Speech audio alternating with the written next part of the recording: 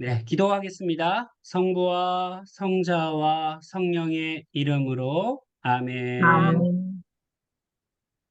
우리 세계에서 하느님의 현존을 알아보는 신앙을 위하여 우리의 아버지 하느님, 하나님은 창조의 광채 땅을 안에서 방주하면서 인간 생명의 인간 아름다움 생명의 속에서 아름다움을 위해서 당신이 당신이 일하고 일하고 계시다는 것을 계시다는 것을 보도록 보도록 우리 눈을 우리 눈을 열어주소서. 열어주소서.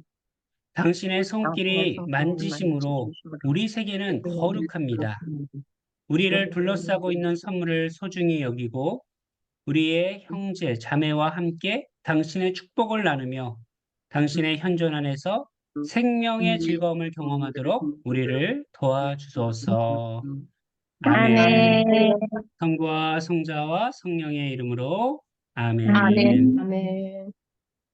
네, 다시 한번 인사드립니다. 저는 가정생명환경부 김선영 타대호 신부고요. 이렇게 소중한 만남 할 수 있게 돼서 너무나 반갑고, 오늘 강의를 해주실 형제님께서는 박태현, 요셉, 다미아노 형제님이십니다. 강원대 법학전문대학원에서 교수로 계시고요. 춘천교구 생태사도지 모임에서 함께하고 계십니다. 아울러 주교회의 생태환경위원회 위원으로도 활동하고 계십니다. 네, 창조의 하느님, 생명의 하느님을 만나고 우리의 삶과 신앙, 또 믿는 방식의 본질적인 근본적인 변화를 지향하는 2024년 찬미 바저서 학교를 2강 박태환 요셉 담임형제님을 모시고 강의를 시작해 보도록 하겠습니다. 박수로 환영해 주세요. 짝짝짝짝짝짝. 반갑습니다. 네, 반갑습니다. 목소리 어떻게 볼륨 적당한가요? 네. 네, 있습니다. 네, 그러면 그, 좋습니다. 네, PPT를 좀 공유하면서 오늘 준비한 거 시작하도록 하겠습니다.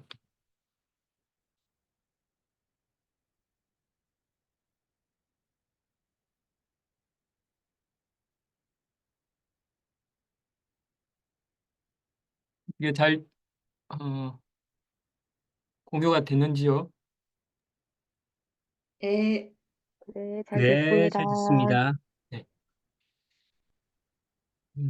네, 저는 강원대 법학전문대학원에서 지금 환경법을 강의를 하고 있고요. 그리고 자랑스러운 내막골 신자입니다. 예. 오늘 주제는 피조물 공동체와 지구법입니다. 이제 피조물이란 개념은 아마 창세기를 통해서 좀 종종 접하는 개념이어서 아마 좀 낯설지는 않을 것 같은데 아마 지구법이라는 용어는 아마도 이제 낯설 것 같습니다. 지구법, 일단 지구를 위한 법, 조금 더 구체적으로 이제 표현을 하면 지구를 중심적인 어떤 관심 대상으로 삼는 이런 법이라고 할 수 있습니다. 가령 좀 비유를 들자면 우리가 인권법이라고 하면 인권을 중심적 관심 대상으로 삼는 법이다. 이렇게 우리가 이해를 할 수 있습니다. 그런데 이제 우리가 인권이 중심적 관심 대상이다라고 이렇게 하면 다들 어느 정도 이제 구체적인 어떤 감을 좀 가지실 텐데 지구를 어떤 우리의 중심적인 관심 대상으로 한다. 이런 말을 들으면 아마 속으로 조금 어떤 의미일까 이런 감이 구체적으로는 또 조금 잡기가 좀 어려울 것 같다는 생각이 듭니다. 저는 아까 말씀드렸지만 그 환경법 연구자입니다. 그래서 제가 왜 지구법을 연구하게 되었는지 이 배경을 좀 설명하면 그러한 좀 구체적 감을 잡는 데 좀 도움이 될지 모르겠습니다. 그 한국에서 환경법은 1963년에 홍해 방지법에서 출발했습니다. 홍해 방지법에서 출발했고요. 이후에 산업 발전 그리고 도시 확장 그리고 우리의 생활 양식이 고도화하면서 이 하나의 법률로는 이 환경 문제에 체계적으로 그리고 전문적으로 대응하기가 이제 어려워졌습니다. 그래서 뭐 대기, 수질, 토양 이런 세부 분야별로 법률이 계속 추가적으로 제정되면서 지금 환경부가 소관하는 법률만 70개가 넘습니다. 상당히 많은 수죠. 그러면 이제 이렇게 환경 법률이 이렇게 70개나 있을 정도로 체계적으로 발전을 했으면 우리 환경도 그에 비례해서 잘 보호가 되어야 되는데, 음, 그렇죠? 근데 현실은 어떻습니까? 음, 예전에는 환경위기를 이야기를 하다가 그 이후로 생태위기를 이야기를 했고, 이제는 지구위기, 행성위기까지 이제 거론하고 있습니다. 그래서 이제 자연스럽게 하나 근본 질문이 제기되는 거죠. 환경법은 이렇게 체계적으로 발전했는데 왜 환경 상태는 오히려 더 나빠지는가? 우리가 어떤 정말 결정적으로 제정해야 될 법률을 우리가 제정하지 못해서 그런가? 그럼 그 법률은 뭘까? 그런데 만약 이게 아니라면 혹시 우리 접근법에 문제가 있었던 건 아닐까? 그럼 우리가 기존에 어떻게 환경에 어떻게 접근했고 또 그것이 구체적으로 어떻게 문제가 되었던 것일까? 이제 이런 질문들이 계속 제기가 됐습니다. 잠깐 여담을 하자면 저는 비교적 그 아내에 대한 배려가 어, 대한민국 남성의 평균 이상이라고 생각을 하는데 아내는 늘 불만이었습니다. 하여튼 지난 한 20년 살면서 제가 아내가 진짜 제게 바라던 것을 제가 몰랐기 때문에 그랬습니다. 그 아내는 제게 세 가지를 이야기를 했습니다. 첫째, 논리적 이성적으로만 하지 말라. 그리고 자기가 하는 말과 생각에 판단하지 말고 평가하지 말라. 그리고 문제를 해결해 주려고 들지 말고 일단은 그냥 들어주고 자신의 감정에 좀 공감해 달라. 이거였습니다. 그러니까 저는 아내를 이제 보호하고 배려해야 될 대상으로만 여겼던 것 같습니다. 그래서 슈퍼맨처럼 이렇게 아내의 어떤 고민을 일거에 이성적으로 해결책을 제시해주는 그런 남편으로 제가 생각을 했던 건데 결국 그건 제가 아내를 바라보는 인식에 문제가 있었다. 라는 점을 이제 음, 깨달았습니다.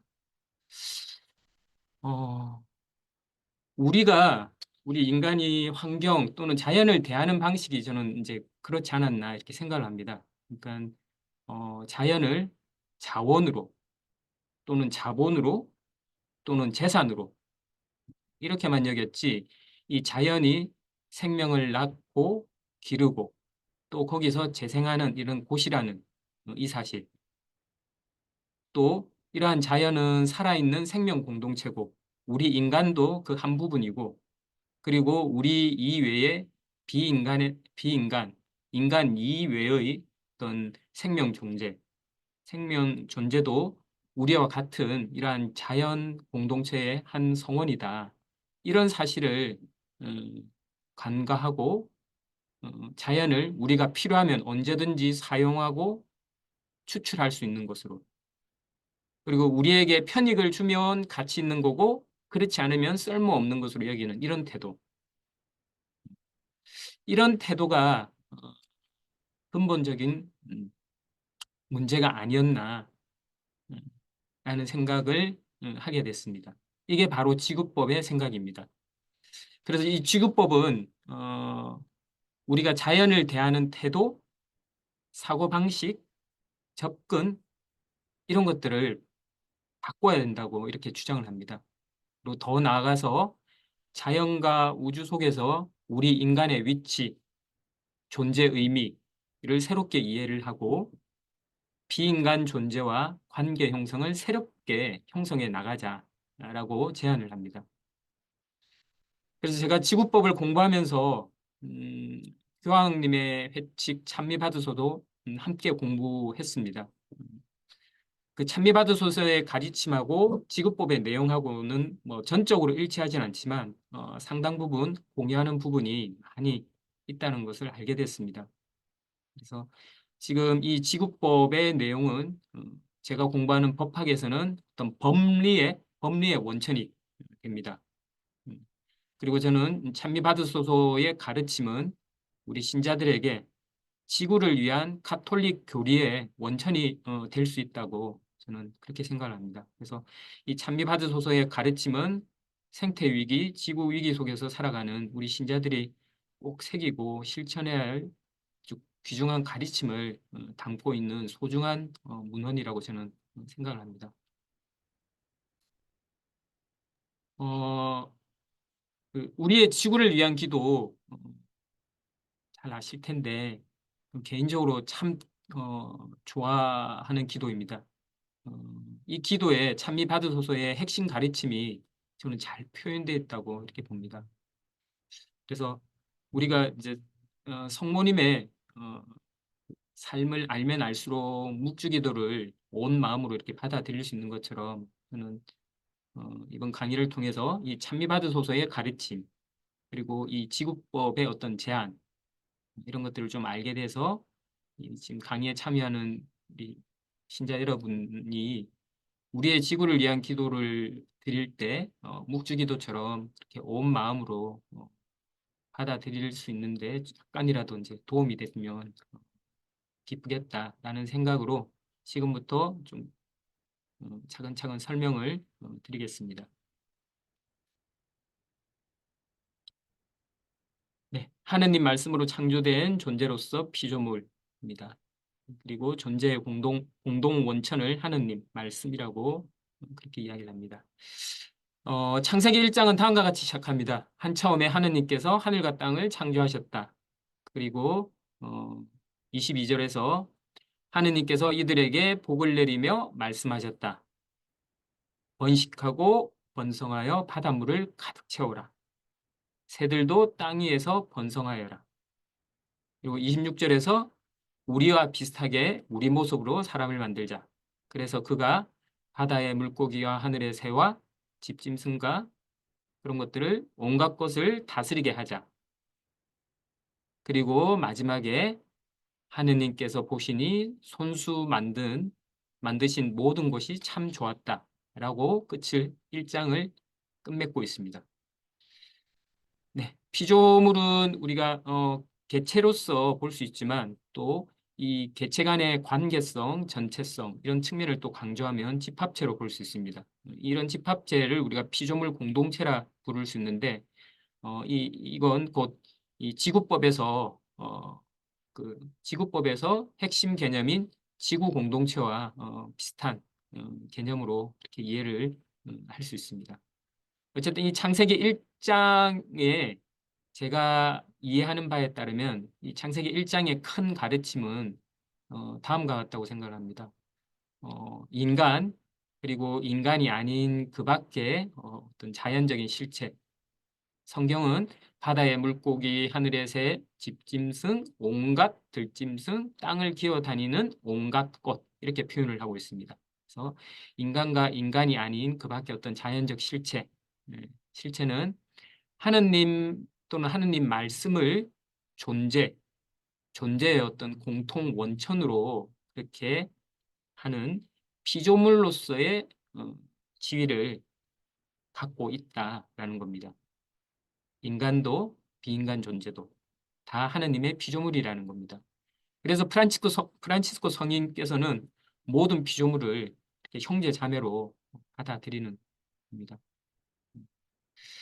이 피조물로서의 지위 그리고 이 우리 피조물은 공통 원천이 바로 하느님이다라고 하는 이런 큰 가르침에서 우리는 작은 가르침 두 가지를 이끌어낼 수 있습니다.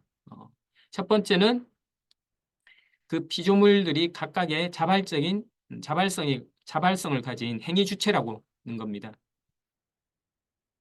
그래서 피조물은 누군가로부터 지음을 받았고 또 길러지지만 그렇다고 해서 순수하게 피동적인 존재는 아닙니다.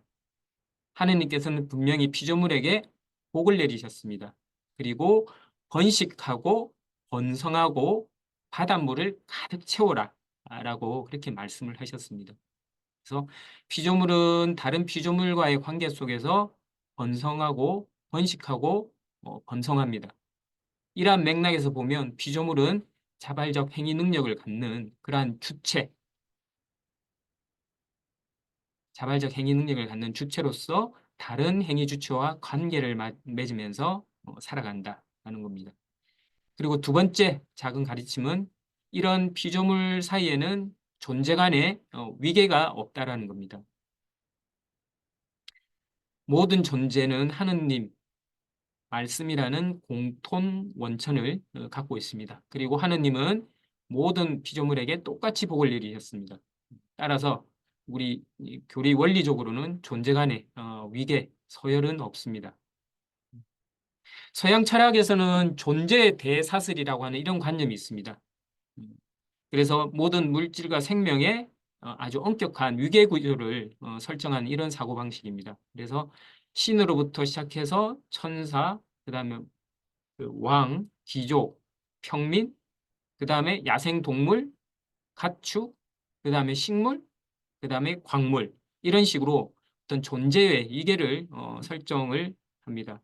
이게 오늘날 자연을 수단, 대상, 객체, 자원으로 여기는 이 우리의 어떤 사고 구조가 이런 어떤 그 위계 구조를 설정하는 이런 오래된 어떤 사고 방식으로부터 나옵니다. 그렇지만 우리 이태리 교리에 따르면 적어도 지상계에서는 이러한 존재 위계성을 인정할 수 없습니다. 물론 다만 각 존재는 그 역할과 책임이 다를 수 있습니다.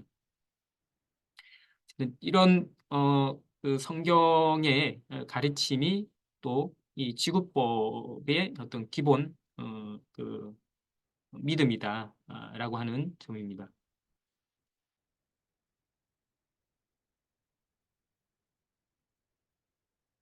두 번째는 하느님께서 보시니 손수 만드신 모든 것이 참 좋았다라고 말씀을 합니다. 모든 것이 참 좋았다 이런 말 자체를 저는 참 좋아하는데 여기서 다시 한번 이제 창조의 의미를 되새겨 본다면은 유다 그리스도교 전통에서 말하는 창조는 자연보다는 더 큰 의미를 담고 있습니다. 그래서 이는 모든 피조물이 저마다의 가치와 의미를 지니고 있고 또 모든 것의 아버지께서 손을 내미시어 주신 선물이다. 그리하여 우리가 함께 보편적 친교를 이루도록 요청하는 사랑으로 비춰진 실제다. 이렇게 이해를 해야 된다고 교황님은 찬미받으소서에서 말씀을 하십니다. 저마다의 가치와 의미, 서로에게 선물, 그리고 보편적 친교를 이루도록 요청하는 실제인 겁니다. 그리고 찬미받으소서는 계속 말씀을 하십니다. 하느님의 거룩한 현존은 모든 존재의 생존과 성장을 보장해주며 창조 사업을 계속 이어 나간다. 창조라는 것이 일회성으로 종결되는 것이 아니라 계속적으로 이루어지는 과정으로서의 하느님 사업이다라고 이야기를 합니다. 자, 한편 창세기에서는 모든 인간은 하느님의 사랑으로 또 하느님과 닮은 모습으로 창조되었다고 이야기를 합니다. 그리고 인간의 존엄성의 성경적 근거를 바로 여기서 우리가 찾고 있습니다. 하느님 모상대로 창조되었다는 이 사실로부터 인간의 존엄성을 우리가 어, 이끌어 내어 왔습니다. 근데 이제 하느님 모상을 닮은 존재로서 인간은 어떤 의미를 갖는지를 이제 생각을 해야 하는데 교황님은 찬미받으소서에서 이렇게 말씀하십니다. 인간은 단순히 어떤 것이 아니라 어떤 인격으로 자신의 주체가 되며 다른 인격들과 친교를 이룰 수 있다. 그래서 인간은 하느님을 닮은 모습으로 창조된 인격적 주체다라고 말을 하십니다. 자, 그래서 이제 하느님의 닮은 모습이다 라고 하는 부분을 우리가 잘 이해를 해야 되는데 이것이 이 비인간 존재에 대한 인간의 어떤 우월성, 지배성 근거가 될 수는 없습니다. 오히려 인간이 비인간 존재를 사랑으로 돌봐야 할 책임성, 헌신성의 근거가 된다고 이렇게 우리는 이해를 해야 합니다. 왜냐하면 하느님이 우리 인간에게 우월성을 내세우지 않으시잖아요. 오히려 우리 인간을 사랑으로 돌보는 분입니다. 그런 하느님의 닮은 우리 인간 역시 다른 비인간 존재에 대한 우월성을 내세워서는 안 되고 오히려 책임성을 갖는 근거가 되는 것으로 그렇게 이해를 해야 합니다.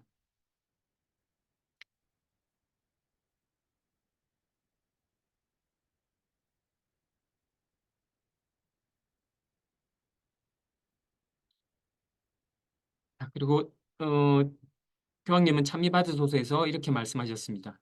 인간으로 존재한다는 사실 자체가 자신이 살고 있는 환경을 돌보라고 촉구한다고 볼 때 자연과 하느님에 대한 한 생태론적인 의무는 신앙의 본질적인 부분이다. 분명히 교황님은 생태적 의무 그리고 생태적 책임이 신앙의 본질적인 부분이라고 말씀을 합니다. 저는 사실 이 찬미받으소서 받기 전까지는 우리 신앙을 이렇게 생태적인 의무, 책임과 연결지어서 이야기하는 것을 저는 사실 접하지를 못했습니다. 그런데 이 찬미받으소서를 통해서 이런 내용을 접하고 저는 개인적으로 너무 기뻤습니다. 왜냐하면 제가 하는 공부가 어떤 우리 인간의 어떤 생태적 책임, 의무 이런 것들을 이제 공부를 하고 있는데 이게 우리 신앙의 가톨릭 신앙의 본질적인 부분이라고 말씀을 하시니까 이 나의 신앙과 내 공부가 다른 게 아니구나 이런 걸 이제 알게 돼서 무척 기뻤는데 어쨌든 저는 이 말씀을 이렇게 이해하고 있습니다. 하느님을 닮은 우리 인간은 이 지상 세계에서 하느님의 사랑을 구현해야 하고 그럼으로써 하느님의 지속적인 창조 사업에 협력하는 존재로 우리 자신을 여겨야 한다. 그리고 이 세계 전체를 아름답게 가꾸고 보존하고 돌볼 수 있는 능력은 인간이 유일하게 갖고 있다. 그러나 이러한 인간의 능력은 우월성, 지배성의 근거가 아니라 바로 책임성, 헌신성의 근거로 여겨야 한다. 이것이 우리 믿음의 핵심의 일부가 되어야 한다. 저는 이렇게 이해를 하고 있습니다. 그래서 제가 하는 이 생태적 의무와 책임의 근거, 물론 이제 제가 하는 법학에서는 이러한 근거를 법률에서 찾고 헌법에서 찾고 또 그 환경 윤리에서 또 찾습니다.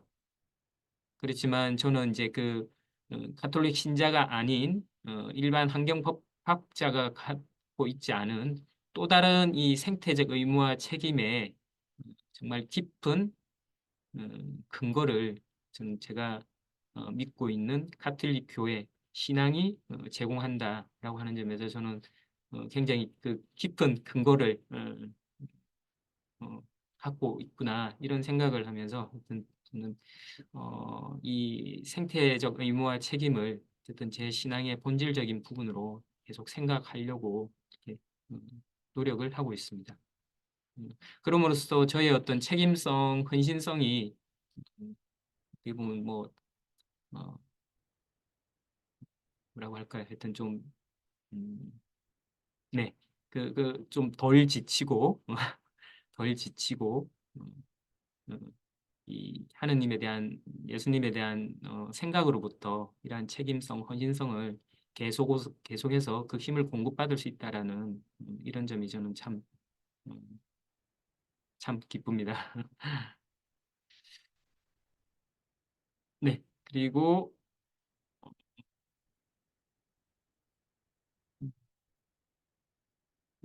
저의 주님 찬미받으소서 누이이며 어머니인 대지로 찬미받으소서. 저희를 돌보며 지켜주는 대지는 온갖 과일과 색색의 꽃과 풀들을 자라나게 하나이다. 다 아시겠지만 이제 프란시스코 성인의 피조물의 창가 중 일부입니다. 그래서 프란치스코 성인의 피조물 창가는 우리 공동의 집이 우리와 함께 삶을 나누는 누이이고 또 우리를 품어주는 아름다움 어머니와 같다라고 하는 것을 상기시켜 주고 있습니다.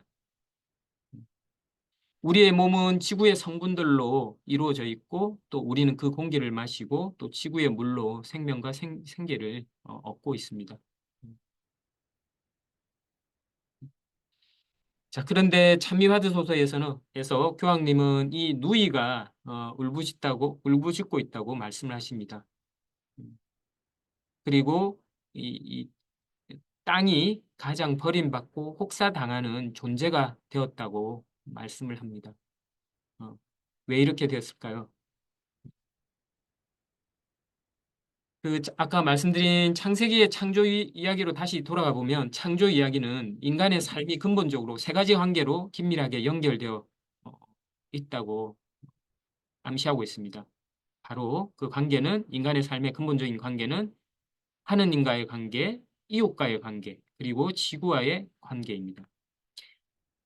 이 세 가지 핵심 관계가 이 세상과 우리 안에서 깨졌다라고 하는데 이는 우리 인간이 하느님의 자리를 차지한다고 여기고 피조물로서의 우리의 한계를 인정하지 않는 데 따른 결과라고 찬미받으소서에서는 이야기를 합니다. 그리고 이 창조주와 인류와 모든 피조물의 조화가 깨진 이 불화가 죄라고 그렇게 선언을 합니다.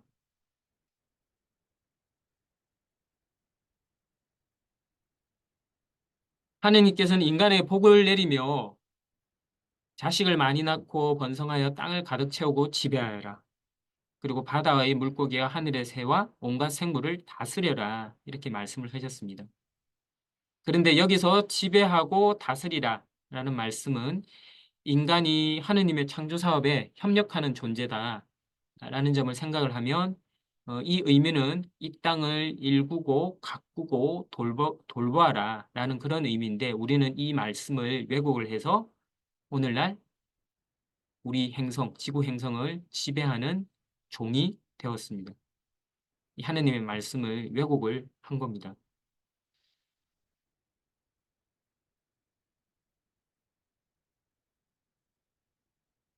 그러면 이 어떻게 다시 우리가 제자를 찾을 수 있을까요? 인간이 제자를 찾고 이 땅에 대한 절대적 지배의 요구를 종식하는 이 방법을 찬미받으소서에서는 가장 좋은 방법으로 창조주이시며 이 세상의 유일한 주인이신 아버지의 모습을 다시 알려주는 것이다. 이렇게 말씀을 합니다. 그렇죠. 그 아주 구체적인 방법을 제안한 것이 아니라 아버지의 모습을 다시 알려주는 것이 가장 좋은 방법이다. 이렇게 말씀을 합니다. 이게 어떤 방법일까요? 일단 교황님은 이렇게 하지 않으면은 인간이 언제나 자기만의 법과 관심을 피조물에게 강요할 것이다. 그렇기 때문에 아버지의 모습을 다시 알려줘야 된다라고 말씀을 합니다. 그러면 아버지의 모습은 어떤 것일까요? 우리가 어디서 발견할 수 있을까요? 교황님은 이렇게 말씀을 합니다. 이 세상의 피조물은 더 이상 자연의 형태로만 우리에게 나타나지 않습니다. 부활하신 분께서 이 모든 피조물을 신비롭게 간직하며 그들의 목적인 충만으로 이끌어 주십니다. 들판의 꽃들과 하늘의 새들은 이제 그분의 빛나는 현존으로 충만하게 됩니다. 그래서 자연 전체가 하느님을 드러내 보일 뿐만 아니라 그분이 현존하는 자리다라고 말씀을 하시면서 이러한 하느님 현존의 발견은 우리가 생태적 덕목을 키워나가게 한다라고 찬미바드소서에서 말씀을 하십니다. 하느님께서는 온 세계에 계시며 가장 작은 피조물 안에 계시나이다. 우리의 지구를 위한 기도 일부 내용입니다. 온 세계에도 계시며 가장 작은 피조물 안에 계시는 하느님의 현존을 우리가 깨달을 수 있으면 우리 인간이 함부로 멋대로 생각하고 행동하지 못할 것입니다. 오히려 우리가 현존을 발견할 수 있다면 사랑으로서 다른 피조물을 돌볼 수 있을 것입니다. 그런데 온 세계에서 가장 작은 피조물 안에서 하느님의 현존을 발견한다라고 하는 것은 참 어려운 일이라고 저는 생각을 합니다. 약간 옆으로 세면 오늘 복음에서 그 예수님은 토마스에게 이렇게 말씀을 하셨습니다. 이제부터 너희는 그분을 아는 것이 그분을 아는 것이고 또 그분을 이미 뵌 것이다. 이렇게 말씀을 하십니다. 그런데 필립보는 예수님께 주님, 저희가 아버지를 뵙게 해주십시오라고 요청을 합니다. 그러자 예수님께서 필립보야, 내가 이토록 오랫동안 너희와 함께 지냈는데도 너는 나를 모른다는 말이냐? 나를 본 사람은 곧 아버지를 뵌 것이다. 이렇게 말씀을 하시거든요. 예수님 속에서도 하느님을 보지 못했는데 우리가 이 가장 작은 피조물 안에서 우리가 하느님의 현존을 깨달을 수 있을까? 그런 생각을 합니다.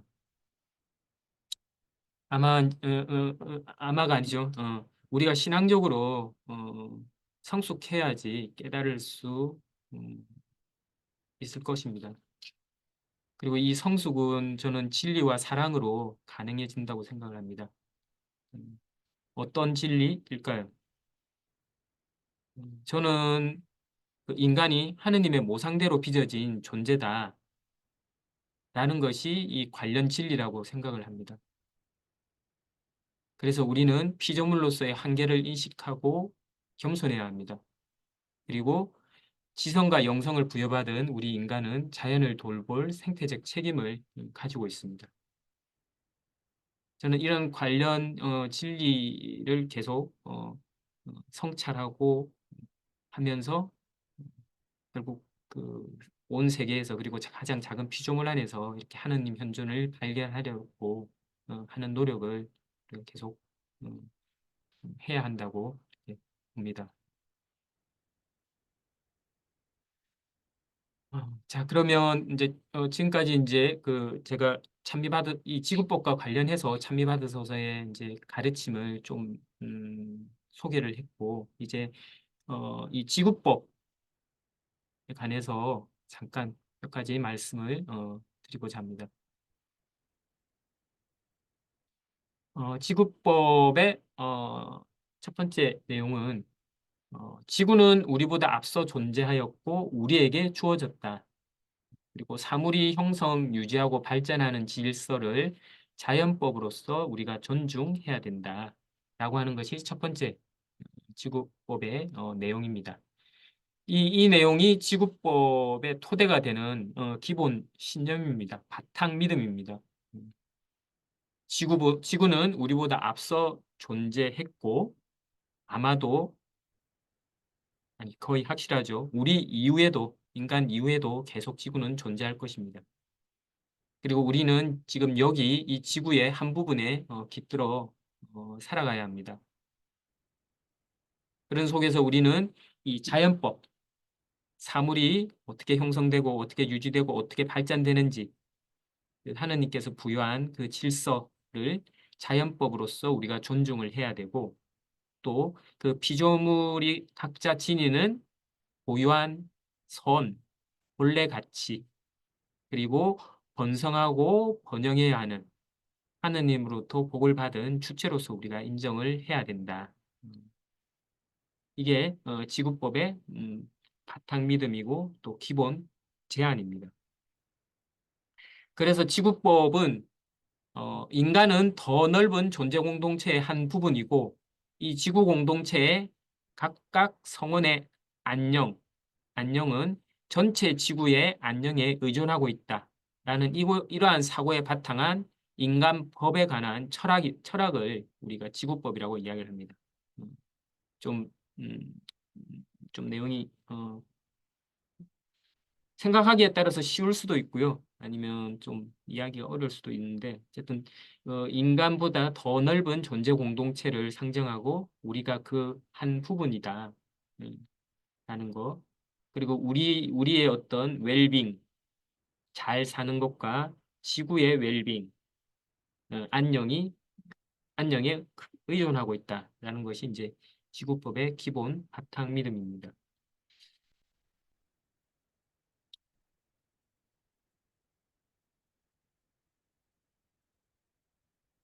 제가 공부하는 환경법은 지금 이런 살아있는 자연을 생명의 원천으로 여기지 않고 보호해야 될 어떤 객체 내지 재산, 자본, 자산으로 이렇게 취급을 합니다. 음, 이것이 저는 이제 근본 결함이라고 생각을 합니다. 그래서 지구법은 자연을 존중하고 자연의 생태적 한계 내에서 인간의 경제, 사회 발전을 추구해야 된다라고 어, 강조합니다. 그리고 자연을 고유한 이익을 가진 이해 당사자로 우리 인간의 법 체계 내로 받아들여야 한다라고 주장을 하며 이를 위해서 자연의 권리를 인정하자고 이렇게 제안을 합니다. 어, 이러한 그 지구법의 제안은 그 베네딕토 16세 교황님께서 한 말씀과 또 일맥상통하는데 교황님께서는 환경 존중을 보장할 수 없는 것으로 드러난 현재의 우리 인간의 성장 모델을 수정을 해야 된다라고 제안을 하며 우리 자신이 최종 결정을 내리고 모든 것을 그저 우리의 소유물로 여겨 우리 자신만을 위하여 사용한다면 피조물이 손상을 입게 된다. 우리 자신보다 더 높은 법정이 있음을 더 이상 인식하지 못하고 우리 자신 이외에 아무것도 보지 못하면 피조물의 착취가 바로 거기서 시작된다. 이렇게 이제 말씀을 하십니다. 이런 말씀의 기본 바탕에는 바로 자연을 단순한 어떤 객체로 자원으로 여기지 말고 하나의 어떤 고유한 피조물로서 고유한 이해 당사자로 이렇게 받아들여야 된다라고 하는 이런 이제 어, 생각을 깔고 있는데 이런 생각이 바로 자연의 권리를 인정하자라고 하는 지구법의 제안의 기본 믿음입니다.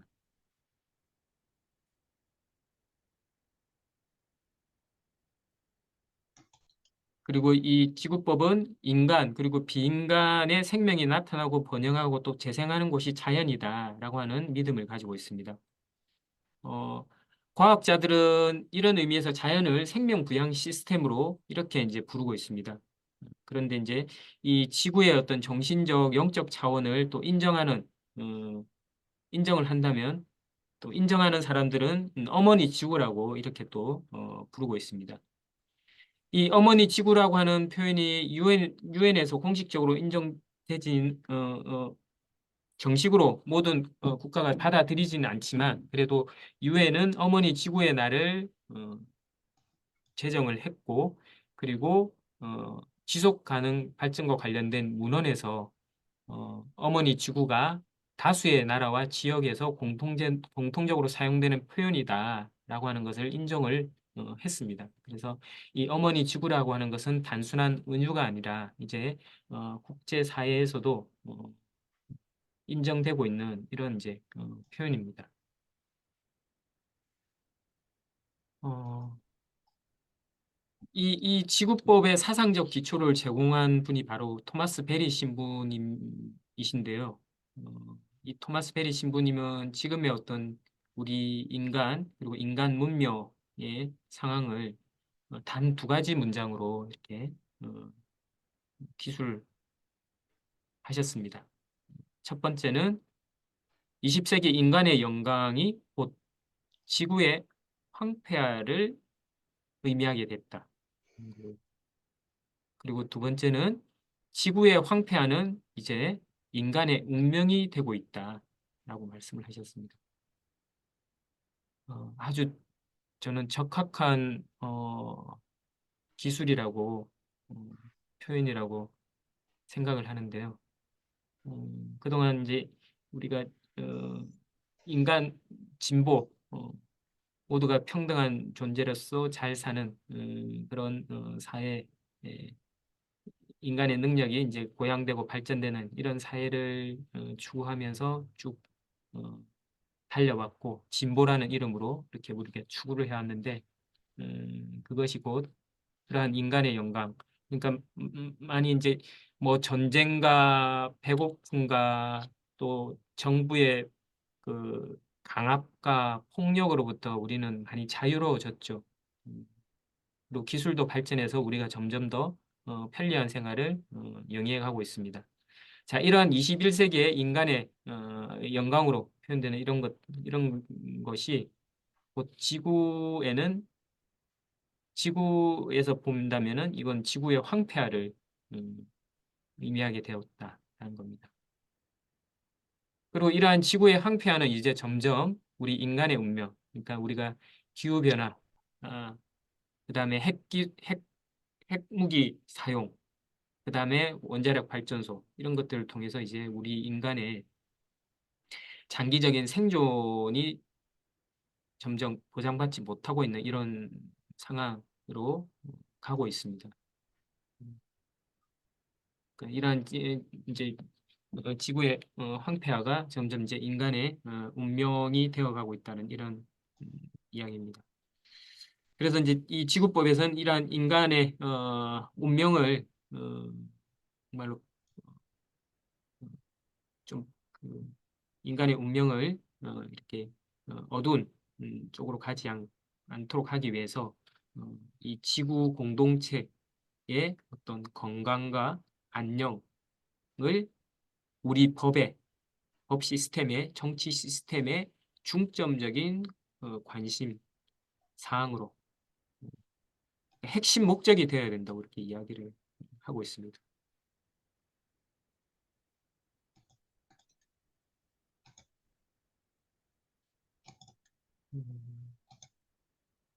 그래서 우리 세 번째 이 지구법도 그 사물이 형성 유지되고 발전하는 질서로서 자연법을 인정하고 존중해야 된다라고 하는 찬미바드소서의 가르침과 똑같은 내용을 이야기를 하고 있습니다.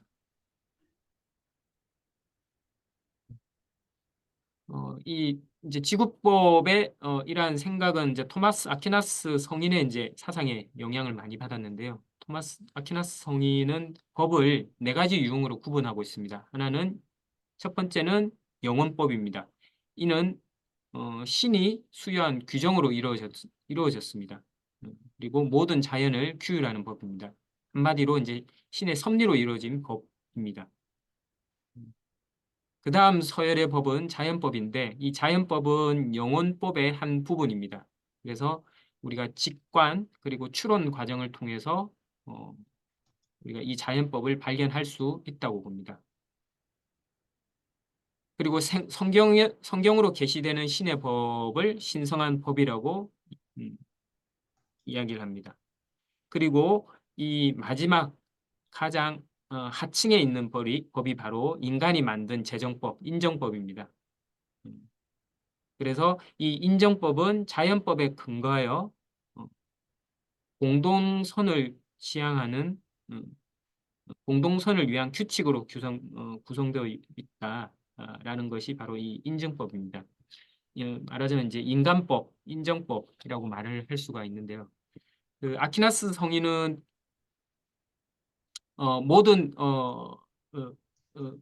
모든 존재는 고유한 본성을 가지고 있고 이 본성을 실현하는 것이 그 개체의 목적이라고 봅니다. 그리고 이 자연법을 이 본성의 실현이라는 이 목적에 도달할 수 있도록 인간의 행동을 조화시키는 규칙 또는 질서로 이렇게 자연법을 보고 있습니다. 그리고 이 자연법의 궁극적 근거를 갖지만 우주의 질서를 부여하는 하느님의 이성, 즉 영원법이 자연법의 궁극적 근거다 이렇게 보고 있습니다. 그리고 인정법은 이 자연법으로 도출하는 한에서만 법의 본질을 가지고 있기 때문에 반드시 자연법에 근거해야 되고 위반해서는 안 되고 공동선을 지향을 해야 된다. 이 한도 내에서 사람들은 복종한 의무를 갖고 또 사람들에게 복종을 요구할 구속력을 가지게 된다고 이야기를 합니다. 그래서 이 자연법에 위반되는 인간법, 인정법은 법이 아니라 법의 부패다라고 그렇게 이야기를 합니다. 그래서 이 아퀴나스 성인의 이러한 사고를 토마스 베리 신부님이 수용을 해서 토마스 베리 신부님은 지구 공동체의 모든 성원은 자연법에 따라 존재할 권리, 그리고 서식지를 가질 권리, 그리고 이 지구 공동체의 진화 과정에서 자신의 역할과 기능을 수행할 권리라고 하는 세 가지 기본적인 자연적 권리를 갖는다고 합니다. 그리고 이 권리는 바로 이 자연법에서 나오는 거죠. 그래서 이러한 권리를 인간 법이 존중을 하고 인간 법 체계 내로 수용을 해야 된다라고 이야기를 합니다. 이걸 인정하지 않으면 이건 이 자연법에 근거한 법이 아니기 때문에 이건 구속력을 가질 수 없는 법의 부패다. 이렇게 이제 이야기를 합니다.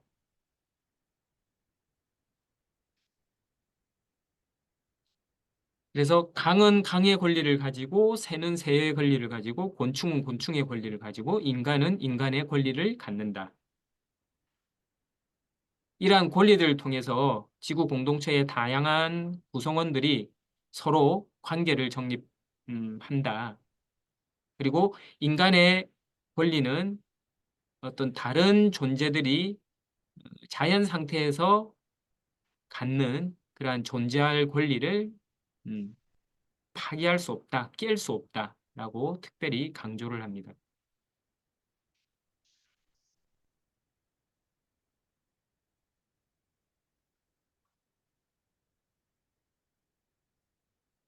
그럼 이 지구법에서는 이 자연법의 구체적 내용을 이 구체적 내용 원리를 이 세 가지로 이렇게 정리를 하고 있습니다. 하나는 분화, 음, 다양화라고 하는 거고 또 하나는 이 자기조직, 주체성 그리고 마지막으로 이제 친교 이게 자연법을 구체적으로 정립하는 세 가지 큰 원리다, 원칙이다라고 이야기를 합니다. 찬미바드 소설에서 이런 말씀이 있습니다. 우주의 일부인 우리는 모두 서로 보이지 않는 끈으로 연결되어 있고 일종의 보편 과정, 즉 거룩하고 사랑이 넘치며 겸손한 존중으로 우리를 채우는 숭고한 친교를 함께 이루고 있다. 그리고 다양한 관계를 맺고 있는 이 세상 전체는 하느님의 다함 없는 풍요를 보여준다. 그래서 우리가 지혜롭게 되려면 우리는 이 다양한 관계 안에서 피조물의 다양성을 이해해야 한다. 라고 교황님은 말씀을 하십니다. 그래서 결국 다양한 관계 안에서 친교를 통해서 인간과 비인간 존재는 보편 가정, 우주를 이루고 있다. 라고 말을 하고 있습니다. 그래서 지구법은 이렇게 말을 합니다. 이 우주는 객체들의 집합이 아니라 주체들의 친교다. 그리고 주체로서 우주의 모든 성원은 권리를 가진다. 그리고 이러한 권리를 통해서 서로에 대한 관계를 정립한다. 이렇게 이야기를 하고 있습니다. 저는 이제 이 분화, 다양화, 다양성, 그리고 자기 주체성 정립. 자, 이런 것들도 중요한데 특히 저는 이제 친교라고 하는 이 부분을 좀 말씀을 드리고 싶습니다. 이 친교가 예, 친교를 통해서 결국 이 지구 공동체가 형성되고 유지되고 발전을 합니다. 근데 이 친교라는 표현이 저는 개인적으로 참 좋아하는 표현인데 카톨릭 신자가 이해하는 친교하고 비신자가 이해하는 친교하고는 이제 결정적으로 다릅니다. 우리가 일반적으로 이제 친교가 뭐냐라고 이야기를 하면 그냥 그 국어 사전에는 보면 친하게 지내는 사귐, 아주 가깝게 지내는 사귐 이렇게 이제 뜻풀이를 하고 있습니다. 보통 우리 비신자들이 생각하는 친교가 그런 거죠. 그런데 이 친교는 영어 커뮤니언을 번역한 표현입니다. 근데 이 커뮤니언이라는 이 용어가 이 국어 사전 뜻풀이 이상의 의미를 가지고 있는데 영어 사전에 이 커뮤니언의 뜻을 다음과 같이 이제 두 가지로 풀이를 하고 있습니다. 첫 번째는 내밀한 생각과 감정, 특히 정신적 또는 영적 차원의 것을 나눔 또는 교환. 그리고 두 번째는 성찰례. 우리가 미사에서 하는 말씀의 전례에 이어서 나오는 성찰례를 커뮤니언이라고 그렇게 이야기를 합니다. 그래서 저는 이 토마스 베리 신부님이 이 커뮤니언, 즉 친교라고 한 이 단어를 이렇게 썼다는 것은 저는 의미심장하게 받아들이고 있습니다. 우리가 자연을 관찰하면 사실 상호 관계, 뭐 상호 이종 관계, 이 상호 관계의 주된 부분은 사실은 먹고 먹히는 관계입니다. 즉 포식자와 먹이 관계입니다. 그러니까 이런 관계에서 우리가 친교라고 하는 표현에서 느끼는 어떤 따뜻함, 뭐 친밀함 이런 것과는 거리가 먼 관계일 수 있습니다. 이 성찬례도 우리가 예수님의 살과 피를 먹고 마시는 거죠. 그리고 먹고 마시는 관계의 재현입니다. 성찬례는. 근데 우리가 이제 이런 관계를 전체적으로 한번 관찰을 해보면 이 먹는 존재는 결국 생명 순환 관계에서 먹히는 존재의 먹이가 됩니다. 사자는 가재를 잡아먹죠. 그렇지만 사자는 결국 죽어 분해되고 초원의 풀에 영양분이 됩니다. 그 그 풀을 가젤이 먹습니다. 이렇게 생명 순환 관계를 통해서 이 먹는 존재와 먹히는 존재가 이렇게 순환 관계를 형성하게 됩니다.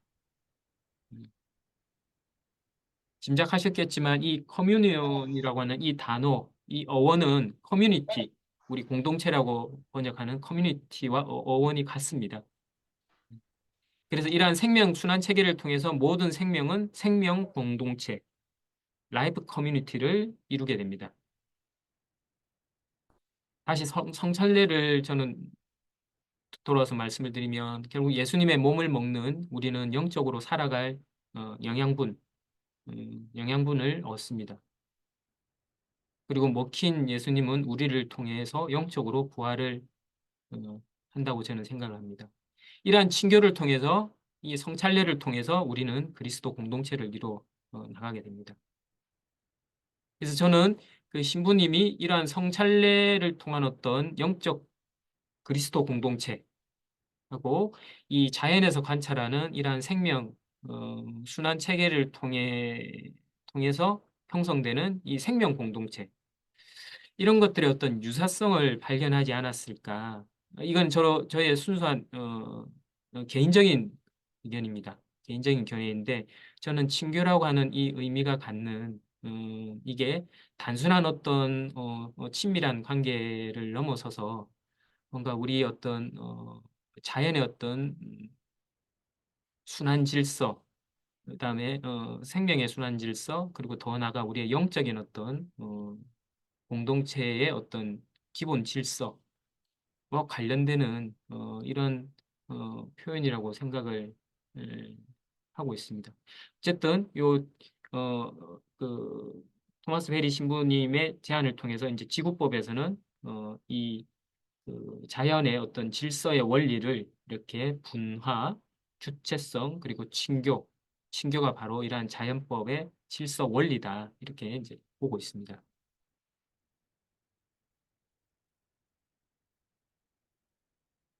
어, 한번 슬라이드 내용을 한번 보겠습니다. 베리 신부님의 말씀입니다. 행성 지구는 상호 의존적인 관계로 상호 밀접하게 연결된 하나의 공동체다.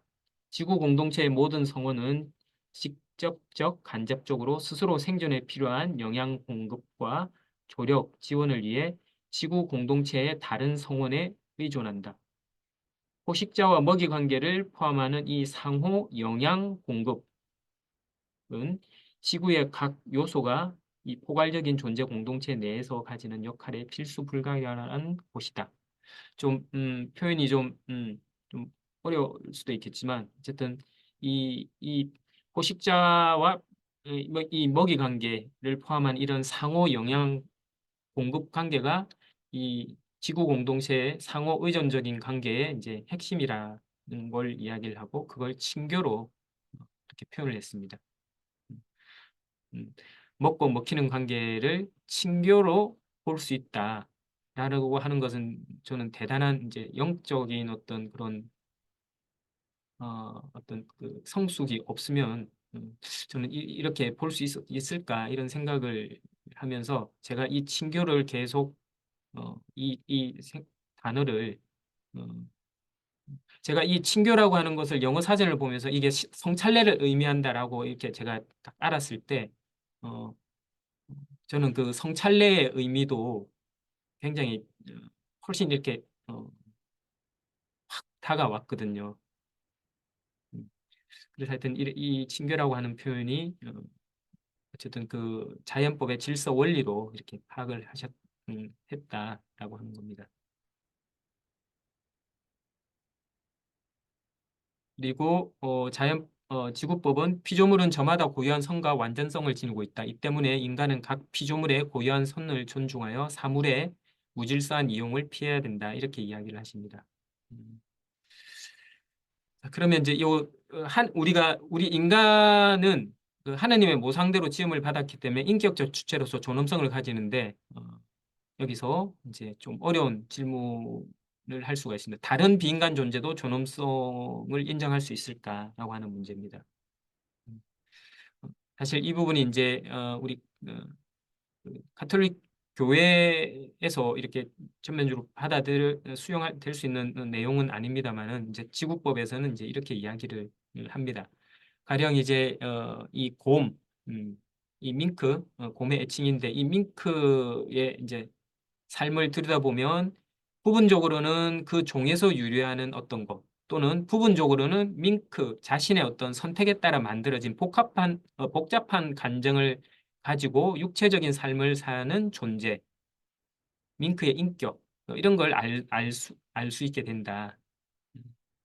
그래서 이 동물의 존엄이라고 하는 것이 설명하기 어렵고 이 동물의 존엄이 인간의 존엄과 완전 똑같은 의미는 아니지만 어쨌든 이 밍크라고 하는 곰이 가진 어떤 자율성 또 역량을 발휘할 능력 바깥 세상에 어떤 특정한 방식으로 자신을 표현하는 어떤 표현 능력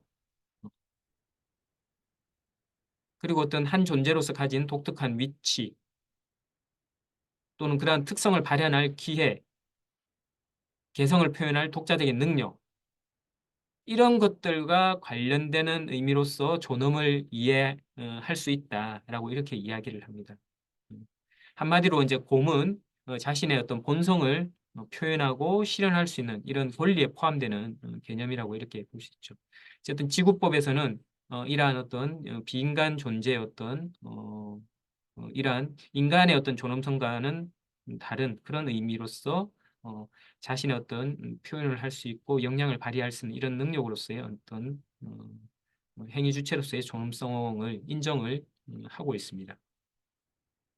아까 말씀드렸지만 하느님은 인간도 비인간도 똑같이 복을 내리셨습니다. 저는 이건 굉장히 어, 제가 지구법을 공부하기 전에는 이 의미를 잘 몰랐습니다만은 지구법을 공부하고 난 다음에는 이 똑같이 복을 내렸다라고 하는 것은 결국은 비인간도 하나의 어떤 그 주체로서 인정을 음, 했다라는 겁니다. 그리고 번성하고 번영하라고 또 똑같이 말씀을 하셨습니다. 그리고 나서 이 모든 것이 참 좋았다라고 흡족해 하셨습니다. 그래서 저는 이 지구법에 저 개인적으로는 이 인간의 존엄과는 그 의미가 같지는 않겠지만 어쨌든 이런 비인간 존재 주체의 어떤 존엄이라는 의미에서의 인정을 할 수 있다고 생각을 합니다. 자, 그러면 이제 정리를 좀 하겠습니다. 이제 찬미바드 소서의 가르침과 지구법의 내용을 한번 비교를 해보겠습니다. 아까 말씀드렸지만 제가 정말 좋아하는 기도, 우리의 지구를 위한 기도입니다. 그 중에서 특히 이제 지구법과 이제 직접적으로 좀 비교해 볼 수 있는 부분이 바로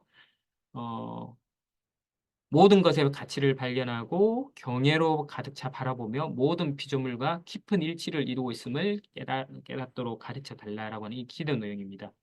그래서 이 지구법에서 역시 지구 공동체의 모든 성원은 고유한 선, 가치, 권리를 가지고 있고 이걸 우리가 인정을 하자라고 이야기를 합니다. 그리고 이걸 존중을 하자. 그리고 모든 피조물과의 깊은 일치, 이 부분이 바로 서로 우리는 상호 연결돼 있고 상호 의존하는 관계이다. 그래서 이러한 자연과 다른 비인간 성원과 조화 속에 우리가 삶을 이어나가야 된다라고 이제 우리의 지구법은 이야기를 합니다. 그래서 그리고 이러한 내용을 이 찬미바드 소서에서는 이제 가르쳐 달라라는 기도 내용이지만 지구법에서는 이러한 내용을 인간의 어떤 정치 체계, 법 체계에 반영해야 된다. 반영하자라고 이야기를 하는 겁니다. 그래서 상당히 이 찬미바드 소서의 이 내용은 지구법의 이 가르침은 이 지구법의 내용과 거의 유사하다고 생각을 합니다. 물론 이제 결정적인 차이는 이 세상의 근원이 무엇인지에 관한 관점에서는 결정적인 차이를 보입니다. 찬미바드 소서는 우주를 창조하고 거기에 질서를 부여하는 것은 하느님이고 그 질서 내용이 영원법을 이루고 있다고 이렇게 봅니다. 그러나 지구법에서는 그러한 어떤 어쨌든 그러한 존재를 상정하지 않고 창조자로서의 를 상정하는 것이 아니라 우주가 스스로 전개, 진화, 발전하면서 이렇게 우주의 근본 질서를 자체적으로 형성, 정립해 나갔다. 이렇게 보고 있습니다. 자발성, 주체성 이런 것들을 이야기합니다. 그래서 이 부분은 사실 결정적으로 이제 차이점인데 이거는 어쨌든 우리가 신앙과 그러니까 세속 학문, 신앙과 신앙 체계와 세속 학문의 그런 이제 차이라고 저는 이제 생각을 합니다. 하고 그렇지만 어쨌든 저는 그 신앙인으로서 이제 하느님의 영원한 빛으로 나가는 여정으로 제 삶을 이제 들여다봅니다만 어쨌든 이런 차원을 한다면은 이제 지구법에서 하는 이러한 내용 모든 존재의 공통 원천은 우주고 지구다 라고 하는 이런 내용 그다음에 지구 공동체의 모든 성원은 선과 가치를 가지고 있다라고 하는 이런 것들을 인정하고 존중하고 우리의 법 체계에 반영해야 된다는 이 지구법의 내용을 저는 받아들이고 있습니다. 예. 자, 그래서 이상으로 이제 그 찬미받은 소서의 가르침과 지구법의 내용을 좀 간단하게 보면서 마지막 그 내용을 좀 비교하는 것으로 마무리를 지었는데요. 그래서 아마 이후에 이제 이 내용을 가지고 이제 좀 나눔을 할 것 같은데 이제 질문은 이제 공통 질문하고 또 요 제 2장 제가 발표한 내용과 관련된 고유한 질문으로 이렇게 질문 두 개가 구성이 되어 있습니다. 그래서 아마 이걸로 이제 나눔을 할 텐데 이 두 번째 질문과 관련해서 제가 조금 나눔에 좀 도움이 되시라고 제가 좀 말씀을 좀 드리겠습니다. 사실 지금 이제 우리 생태 위기, 지구 위기 사실 구조적이고 체계적인 문제입니다. 인구가 급격하게 성장했고 어, 도시, 특히 거대 도시화가 진행되고 있고 또 자본주의 경제가 고도로 발전하고 계속 성장을 추구하고 있고 또 전 세계적으로 중간 소비층이 급속하게 확장하면서 이 자원, 물질과 에너지를 과도하게 사용하고 있고 그리고 인간이 자기 편의에 따라 이 서식지, 자연 서식지를 함부로 개조하고 있고 또 온실가스를 다량으로 배출하면서 이 기후변화가 일어나고 있고 멸종 위기가 가속화되고 있고 자, 이런 것들이 오늘날 지금 생태 위기, 지구 위기의 원인들인데 이런 것들은 사실 구조적이고 체제적인 문제입니다. 이러한 구조와 체제 속에서 또 우리는 살아가고 있죠. 우리 역시 자본주의 경제 성장의 수혜자이고 또 글로벌 중간 소비층으로서 소비를 하고 있습니다. 그리고 우리 역시 이제 우리의 일상생활을 통해서 또 이런 기후 변화에 일조를 하고 있고 이런 구조와 체제 속에서 우리가 살아가는 우리가 내가 과연 이 환경 문제를 위해서 하는 이제 나의 어떤 이런 노력이 어떤 의미를 가질까라고 하는 것이 이제 제가 던지는 질문이고 역시 제 스스로에게도 계속 던지는 질문입니다.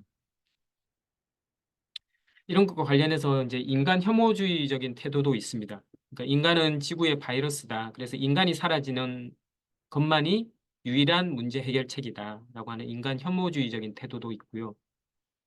또 우리가 노력하는 건 아무 의미 없다. 어차피 인류는 망한다.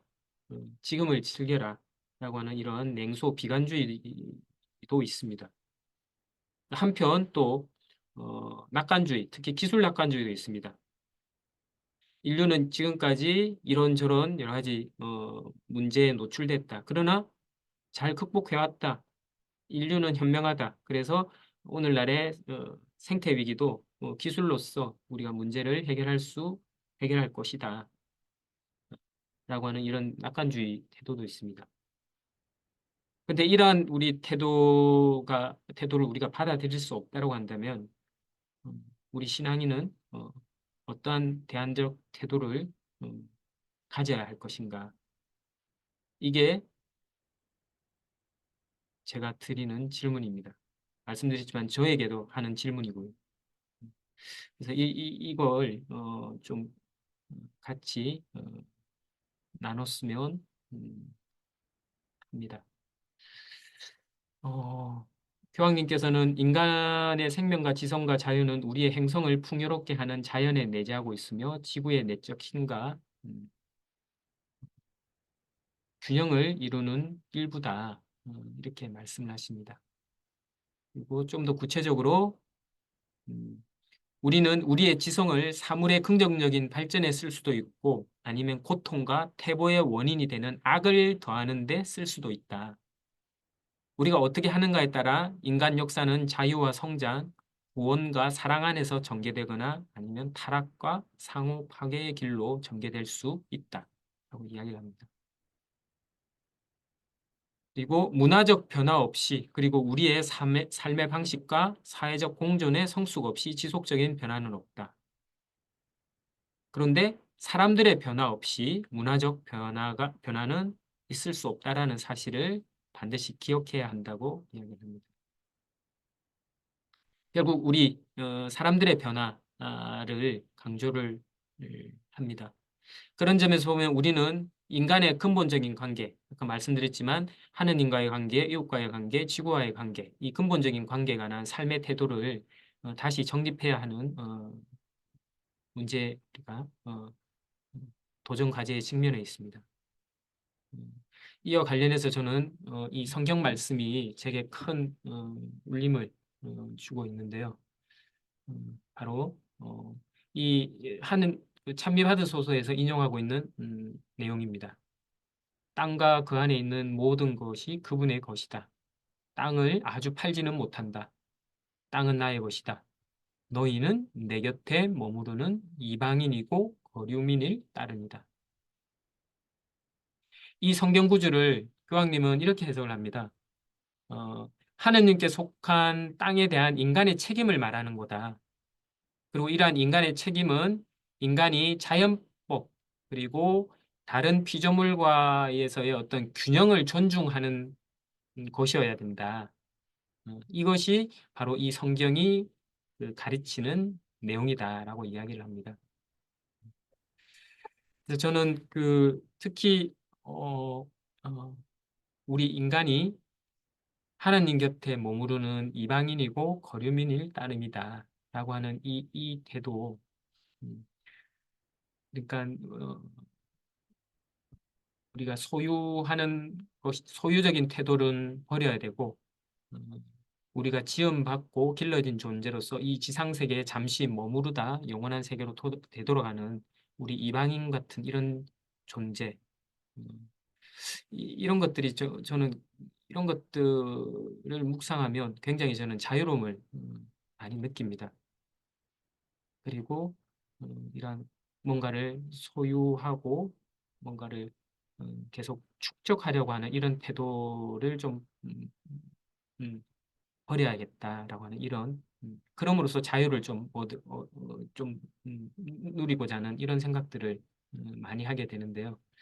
어쨌든 이러한 우리의 어떤 인간의 변화를 주문을 요청을 하고 있습니다. 그러면 우리 인간의 우리의 태도가 과연 어떠해야 되나? 어, 우리의 하느님과 이웃과 지구의 관계를 어떻게 정립해야 되냐?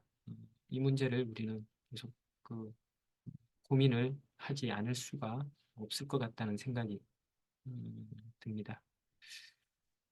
네, 그래서 이런 인간의 태도를 또 교황님 말씀하시고 또 우리의 행동과 관련해서 또 한 말씀을 합니다. 그 다자주의라고 하는 걸 말씀을 하는데요. 이 다자주의라고 하는 것은 이제 국제관계에서 공동의 목표를 추구하는 여러 국가들 사이의 동맹 관계를 말합니다. 그런데 교황님은 이게 이제 우리 아래로부터의 어떤 다자주의, 그래서 전 세계 다양한 나라에서 헌신하는 사람들이 서로 협력하고 어, 같이 동반자 관계 속에서 서로 협력을 해야 된다. 그리고 여기서부터 생겨나는 이러한 우리 사람들의 요구들이 권력에 압력을 줄 수 있다. 그럼으로써 바른 방향으로 공동체가 결정할 수 있도록 우리가 유도할 수 있다. 어, 라는 의미에서 이제 아래로부터 나오는 다자주의를 행동과 관련해서 또 이야기를 하고 있습니다.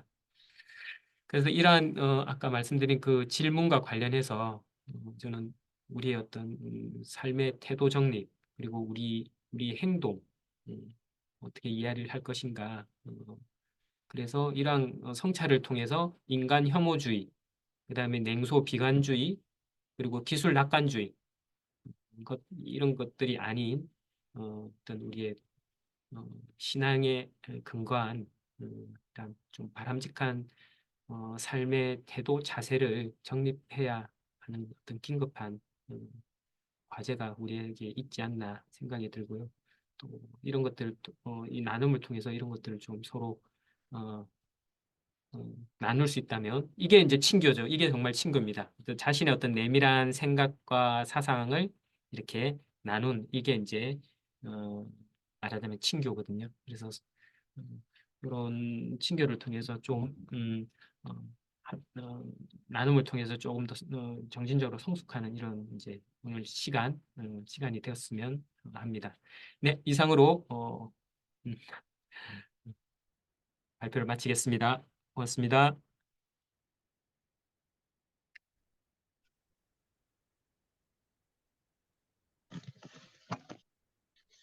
네, 우리 박태현 요셉 담임강사님 너무나 좋은 강의 해주시면 감사드립니다.